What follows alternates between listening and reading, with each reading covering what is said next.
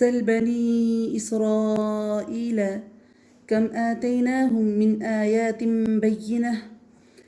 ومن يبدل نعمة الله من بعد ما جاءته فإن الله شديد العقاب۔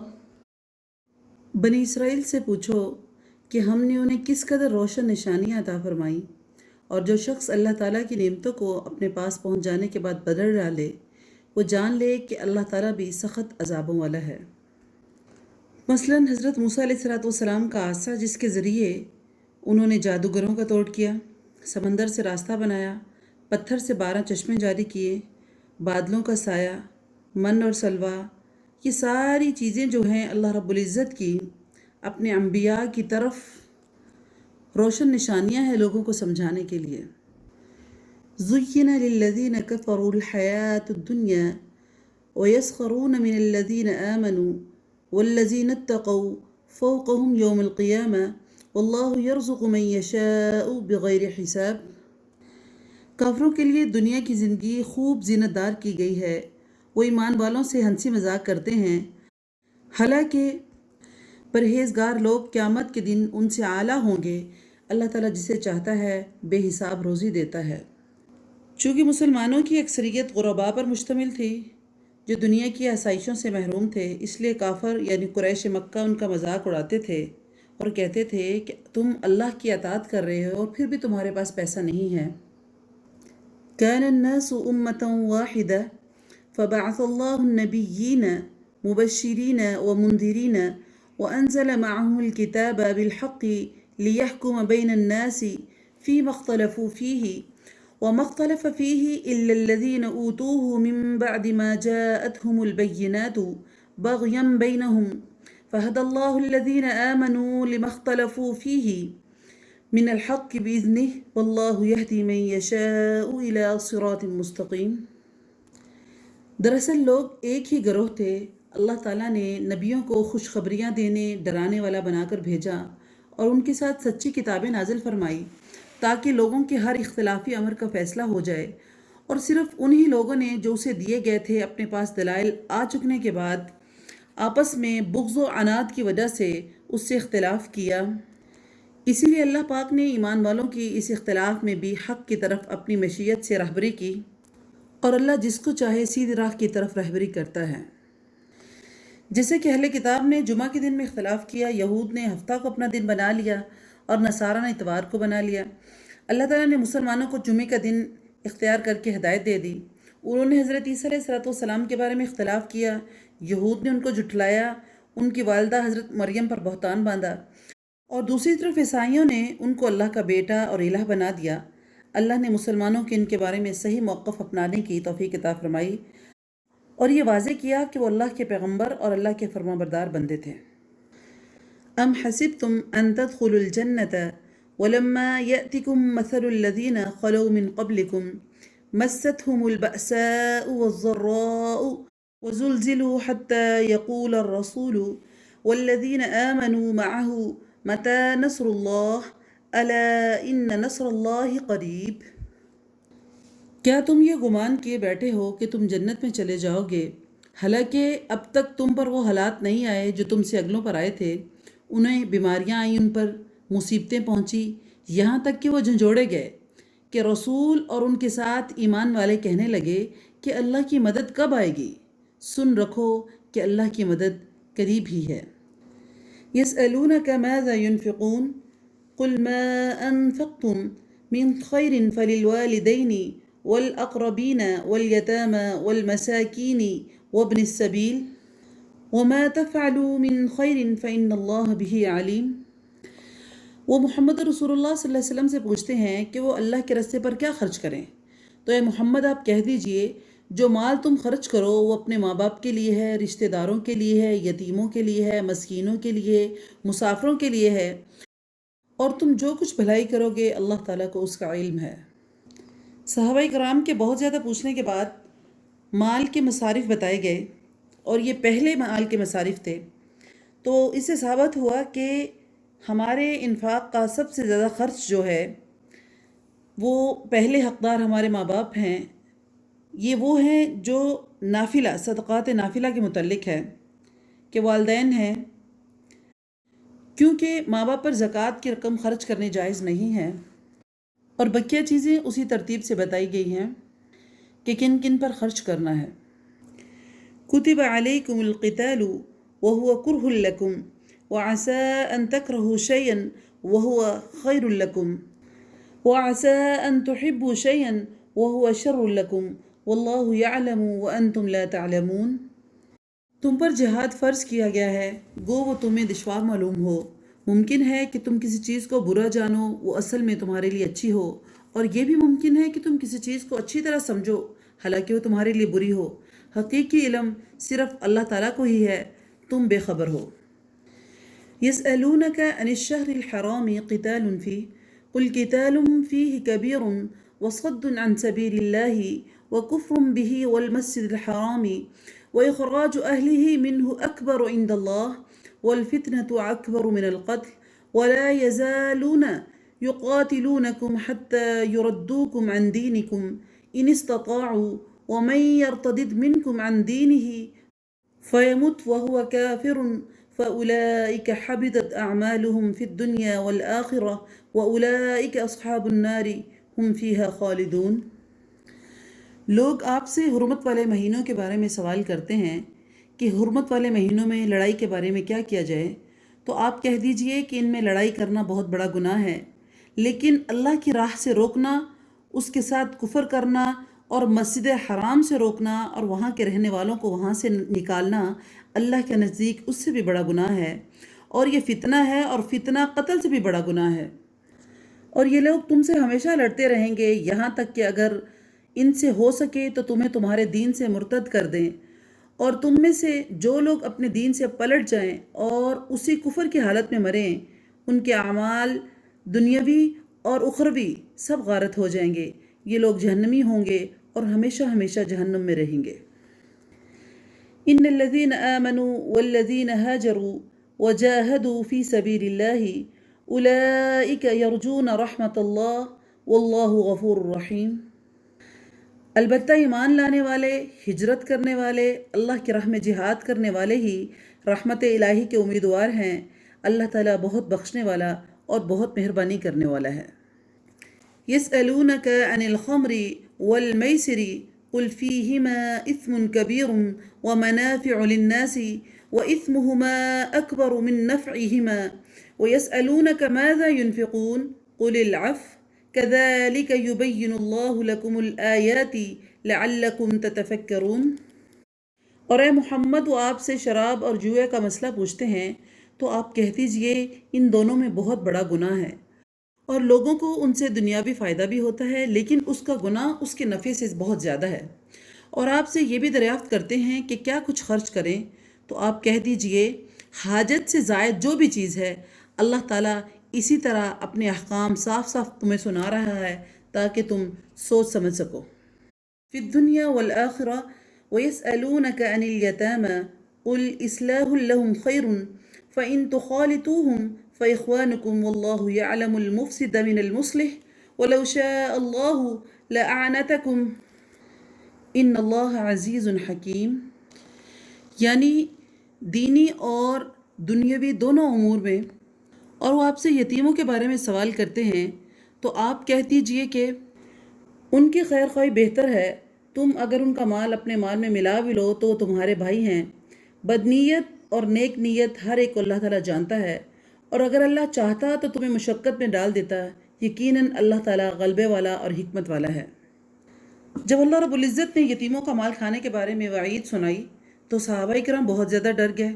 یتیموں کی ہر چیز کو الگ کر دیا، حتیٰ کہ ان کے کھانے پینے سے بھی کچھ بچ جاتا تو اس کو استعمال نہ کرتے اور وہ چیز خراب ہو جاتی، اس ڈر سے کہ کہیں ہم اس وعید کے مستحق قرار نہ پا جائیں۔ اور آج ہم دیکھتے ہیں کہ لوگ یتیم کا مال بڑی آسانی سے ہڑپ کر جاتے ہیں، کوئی فکر نہیں کرتے کہ کل کو ہم نے اللہ کے آگے اس کا جواب دہ ہونا ہے، اور اللہ رب العزت نے اس کی بہت بڑی وعید سنائی ہے۔ وَلَا تَنْكِحُوا الْمُشْرِكَاتِ حَتَّى يُؤْمِنَّ وَلَآمَةٌ مُؤْمِنَةٌ خَيْرٌ مِّن مُشْرِكَةٍ وَلَوْ أَعْجَبَتْكُمْ وَلَا تُنْكِحُوا الْمُشْرِكِينَ حَتَّى يُؤْمِنُوا وَلَعَبْدٌ مُؤْمِنٌ خَيْرٌ مِّن مُشْرِكٍ وَلَوْ أَعْجَبَكُمْ أُولَٰئِكَ يَدْعُونَ إِلَى النَّارِ واللہ یدعو الی الجنة والمغفرة بإذنہ ویبین آیاتہ للناس لعلہم یتذکرون۔ اور شرک کرنے والی عورتوں سے اس وقت تک نکاح نہ کرو جب تک وہ ایمان نہ لے آئیں۔ ایمان والی لونڈی بھی شرک کرنے والی آزاد عورت سے بہتر ہے، چاہے تمہیں مشرک اچھی لگتی ہو۔ اور نہ شرک کرنے والے مردوں کے ساتھ نکاح کرو جب تک وہ ایمان نہ لے آئیں، کیونکہ ایمان لانے والا غلام مشرک آزاد سے بہتر ہے، گو کہ مشرک ہمیں اچھا لگتا ہو۔ یہ لوگ جہنم کی طرف بلاتے ہیں اور اللہ جنت کی طرف اور اپنی بخشش کی طرف اپنے حکم سے بلاتا ہے، اور وہ اپنی آیتیں لوگوں کو کھول کھول کر بیان کر رہا ہے تاکہ وہ نصیحت حاصل کریں۔ اب یہاں ایک اور اشکال کی بھی وضاحت ہوتی ہے کہ کئی لوگ سمجھتے ہیں کہ ہم کسی نان مسلم سے، جیسے کہ اہل کتاب جو نان مسلم ہے، جیسے کہ یہودی ہے یا عیسائی ہے، کسی سے نکاح کر سکتے ہیں۔ تو یاد رکھیں، ہم ان سے نکاح کر سکتے ہیں، لیکن اس صورت میں اگر وہ اسلام قبول کر لیں۔ ایسی صورت میں نہیں کہ وہ اپنے مذہب کے اوپر کاربند رہیں اور اس کو بھی نہیں چھوڑیں اور اسلام کے اندر داخل بھی نہیں ہونا چاہتے ہوں اور آپ ان کے ساتھ نکاح کر لیں۔ ایسی صورت میں آپ کا نکاح نہیں ہو سکتا۔ اگر وہ مسلمان ہو جائیں تو ہمارے اوپر اس کے اوپر کوئی تنگی نہیں، ہم ان کے ساتھ تعلق نبھا سکتے ہیں، ان کے ساتھ نکاح کر سکتے ہیں۔ لیکن اگر وہ اسلام کے دائرہ میں داخل نہیں ہونا چاہتے تو ایسی صورت میں ان کے ساتھ نکاح جائز نہیں ہے۔ وَيَسْأَلُونَكَ عَنِ الْمَحِيضِ قُلْ هُوَ أَذًى فَاعْتَزِلُوا النِّسَاءَ فِي الْمَحِيضِ وَلَا تَقْرَبُوهُنَّ حَتَّى يَطْهُرْنَ فَإِذَا تَطَهَّرْنَ فَأْتُوهُنَّ مِنْ حَيْثُ أَمَرَكُمُ اللَّهُ إِنَّ اللَّهَ يُحِبُّ التَّوَّابِينَ وَيُحِبُّ الْمُتَطَهِّرِينَ۔ اور وہ آپ سے حیض کے بارے میں سوال کرتے ہیں، کہہ دیجئے کہ وہ گندگی ہے۔ حالت حیض میں عورتوں سے الگ رہو جب تک وہ پاک نہ ہو جائیں، ان کے قریب نہ جاؤ۔ ہاں، جب وہ پاک ہو جائیں تو ان کے پاس جاؤ جہاں سے اللہ نے تمہیں اجازت دی ہے۔ اللہ توبہ کرنے والوں کو اور پاک رہنے والوں کو پسند فرماتا ہے۔ بلوغت کے بعد ہر عورت کو ایام ماہواری میں خون آتا ہے جسے حیض کہا جاتا ہے، اور بعض دفعہ خلاف عادت ایک بیماری کی وجہ سے بھی آتا ہے جس کو استحاضہ کہتے ہیں، جس کا حکم حیض سے مختلف ہے۔ حیض کے ایام میں عورت سے نماز معاف ہے، روزے رکھنے ممنوع ہے، تاہم روزوں کی قضا بعد میں پوری کرنا ضروری ہے۔ مرد کے لیے ہم بستری کرنا جائز نہیں ہے ان دنوں میں، البتہ چومنا وغیرہ جائز ہے۔ اسی طرح عورت ان دنوں میں کھانا پکانا اور دیگر کام کر سکتی ہے، لیکن یہودیوں میں ان دنوں میں عورت کو بالکل نجس سمجھا جاتا تھا اور وہ اس کے ساتھ کھانا پینا ہر چیز علیحدہ کر لیتے تھے۔ صحابہ اکرام رضوان اللہ علیہم اجمعین نے اس کے بارے میں رسول اللہ صلی اللہ علیہ وسلم سے پوچھا تو یہ آیت اتری کہ جس میں صرف جمع کرنے سے روکا گیا تھا۔ علیحدہ رہنے اور قریب نہ جانے کا مطلب صرف جمع سے ممانعت تھی۔ اور پھر اللہ نے اس کی وضاحت اگلی آیت میں کر دی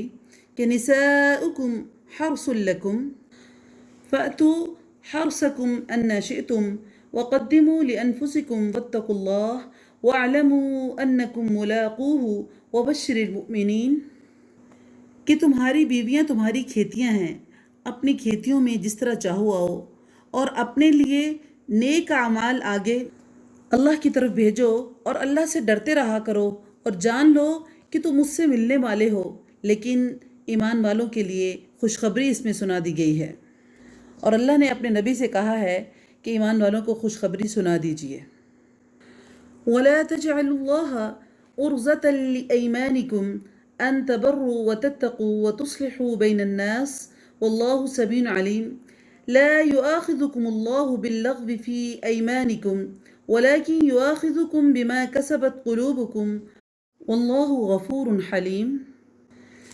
اور اللہ تعالیٰ کو اپنی قسموں کا اس طرح نشانہ نہ بناؤ کہ بھلائی اور پرہیزگاری اور لوگوں کے درمیان کی اصلاح کو چھوڑ بیٹھو۔ اللہ تعالیٰ سننے والا جاننے والا ہے۔ یعنی غصے میں اس طرح قسم مت کھاؤ کہ میں فلاں کے ساتھ نیکی نہیں کروں گا، فلاں کے ساتھ بولوں گا نہیں، فلاں کے ساتھ صلح نہیں کروں گا۔ اس قسم کے قسموں کے لیے حدیث نے کہا ہے کہ اگر کھا لو اور انہیں توڑ دو تو قسم کا کفارہ ادا کرو۔ اللہ تعالیٰ تمہیں تمہاری ان قسموں میں پکڑ نہیں کرے گا جو پختہ نہ ہو، ہاں اس کی پکڑ ہے جو تمہارے دلوں کا فعل ہو۔ اللہ تعالیٰ بخشنے والا اور بردبار ہے۔ اور جو لوگ اپنی بیویوں سے تعلق نہ رکھنے کی قسمیں کھاتے ہیں ان کے لیے 4 مہینے کی مدت ہے، پھر اگر وہ لوٹ آئیں تو اللہ تعالیٰ بھی بخشنے والا اور مہربان ہے۔ اب یہاں اللہ رب العزت قسم کے بارے میں کہہ رہے ہیں کہ فضول میں کوئی قسم نہیں کھانی چاہیے، نہ کسی کے نقصان کے لیے کوئی قسم کھانی چاہیے، اور اگر قسم کھاؤ تو اللہ کی قسم کھاؤ، اور اگر کسی وجہ سے تم قسم کھا لیتے ہو لیکن تمہیں اس کو توڑنا پڑ جاتا ہے تو اس کا کفارہ ادا کرو۔ اور تیسری چیز یہاں پر بیان کی گئی ہے کہ وہ لوگ جو اپنی بیویوں کے لیے قسم کھا لیتے ہیں، ایلا کر لیتے ہیں، کہتے ہیں، اس کا مطلب یہ ہوتا ہے کہ کوئی شوہر قسم کھا لے کہ وہ اپنی بیوی سے 1 مہینے 2 مہینے تعلق نہیں رکھے گا، اور پھر قسم کی مدت کو پوری کر کے تعلق قائم کر لیتا ہے تو کوئی کفارہ نہیں ہے۔ ہاں، اگر مدت پوری ہونے سے قبل تعلق قائم کرے گا تو کفارہ ادا کرنا ہوگا، اور اگر 4 مہینے سے زیادہ مدت کے لیے یا کوئی بھی مدت معین کیے بغیر قسم کھاتا ہے تو اس آیت میں ایسے لوگوں کے لیے مدت کا تعین کر دیا ہے کہ وہ 4 مہینے گزرنے کے بعد یا تو بیوی سے تعلق قائم کریں گے یا اس کو چھوڑ دیں گے، کیونکہ اس کا مطلب ہے کہ آپ اس کے ساتھ رہنا نہیں چاہتے، اس لیے آپ اس کو اذیت دے رہے ہیں اور اس کو فضول میں معلق کیا ہوا ہے جو کہ اسلام میں جائز نہیں ہے۔ یا پھر پہلی صورت ہے کہ وہ کفارہ ادا کرے گا۔ اگر وہ دونوں میں کوئی بھی صورت اختیار نہیں کرے گا تو عدالت اس کو دونوں میں سے کسی کو ایک بات کے اختیار کرنے پر مجبور کرے گی کہ یا تو وہ تعلق قائم کر لے یا وہ طلاق دے دے تاکہ عورت کے اوپر ظلم نہ ہو۔ فَإِنْ عَزَمُوا الطَّلَاقَ فَإِنَّ اللَّهَ سَمِيعٌ عَلِيمٌ۔ اور اگر طلاق کا ارادہ کر لیں تو اللہ سننے والا اور جاننے والا ہے۔ ان الفاظ سے پتہ چلتا ہے کہ 4 مہینے گزرنے سے خود بخود طلاق نہیں ہوگی، بلکہ خاوند کو طلاق دینے سے طلاق ہوگی، جس پر اس کو خود دینا پڑے گا یا عدالت اسے اس پر مجبور کرے گی۔ والمطلقات يتربصن بأنفسهن 3 قروء ولا يحل لهن أن يكتمن ما خلق الله في أرحامهن إن كن يؤمن بالله واليوم الآخر وبعولتهن أحق بردهن في ذلك إن أرادوا إصلاحا ولهن مثل الذي عليهن بالمعروف وللرجال عليهن درجة والله عزيز حكيم۔ طلاق والی عورتیں اپنے آپ کو 3 حیض تک روکے رکھیں۔ انہیں حلال نہیں کہ اللہ نے ان کے رحم میں جو پیدا کیا ہے اسے چھپائیں، اگر انہیں اللہ تعالیٰ پر اور قیامت کے دن پر ایمان ہو۔